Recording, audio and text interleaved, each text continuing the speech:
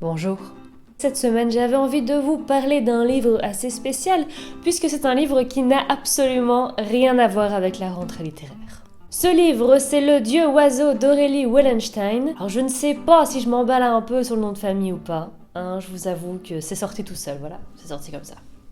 Ce livre est spécial puisque c'est le deuxième livre que je vous présente dans le cadre du PLIB 2019. Qu'est-ce que le PLIB 2019 ? Eh bien, je pense que je l'ai assez répété dans mes vidéos, donc voilà, toutes les infos sont dans la barre d'infos, si par exemple c'est la première fois que vous venez sur ma chaîne. J'ai donc lu ce livre principalement parce que je suis jurée pour le PLIB et que je suis obligée. Mais fort heureusement, les 5 livres sélectionnés sont plutôt bons, donc ça va, je ne me suis pas ennuyée. Je peux même dire que j'ai apprécié ma lecture.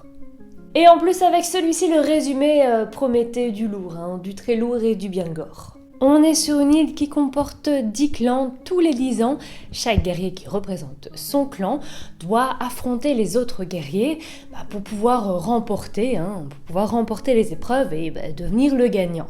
Le clan gagnant va alors organiser un énorme banquet où durant ce banquet, tout est permis, absolument tout.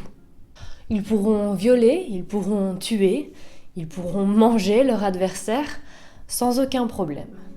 Il y a 10 ans, le clan de Faolan, ou Faolan, mais je penche quand même plus pour Faolan, a perdu et il a vu mourir ses parents et ses proches.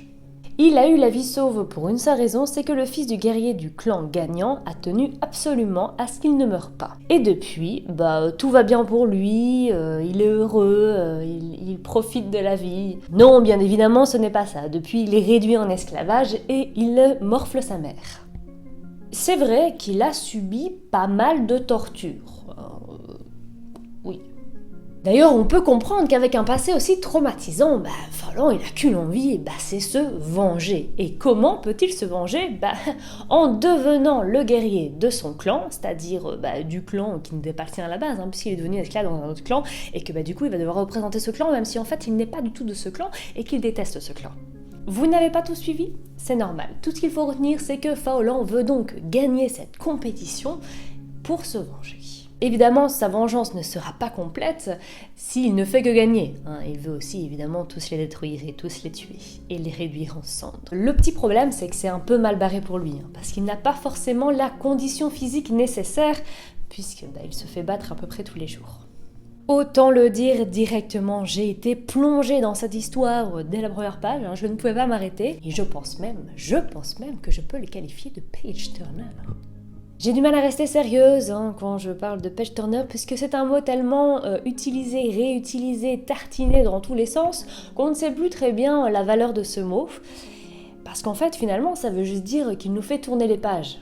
Mais c'est un peu le but du livre, non ?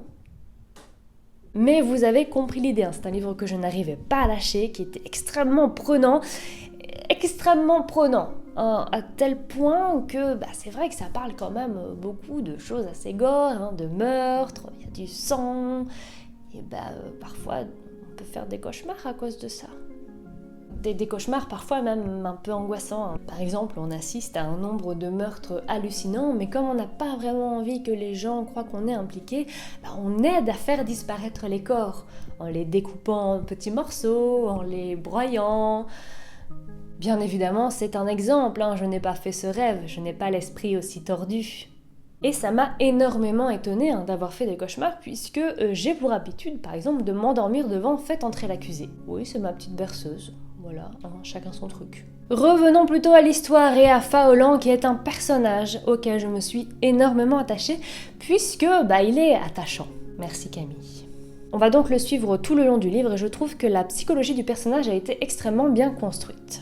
Par contre, c'est vrai que les autres personnages sont un peu plus survolés, puisqu'on s'est concentré sur Faolan, qui est le personnage principal, c'est un peu normal. Mais bon, moi j'ai toujours besoin de beaucoup plus de détails, de beaucoup plus de psychologie, de beaucoup, voilà, j'ai besoin de beaucoup.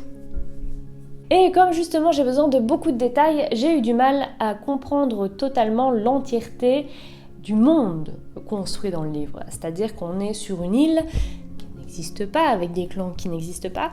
Et comme il n'y a pas énormément de détails, j'ai eu du mal à situer qui est quoi, où, pourquoi, comment. Voilà. Je sais que pour beaucoup c'est pas nécessaire, mais moi j'ai ce truc, je sais pas si c'est un défaut ou une qualité, hein, c'est que je m'attarde beaucoup sur les détails. Mais bon, ça ne m'a pas empêché d'apprécier énormément le livre et cette fin que évidemment je ne vais pas vous raconter. Mais cette fin. Cette vidéo est terminée, j'espère qu'elle vous aura plu. Si c'est le cas, n'hésitez pas à la liker. Je reviens très bientôt pour une nouvelle vidéo, je ne sais pas encore quand. Si j'ai bien bossé, c'est cette semaine.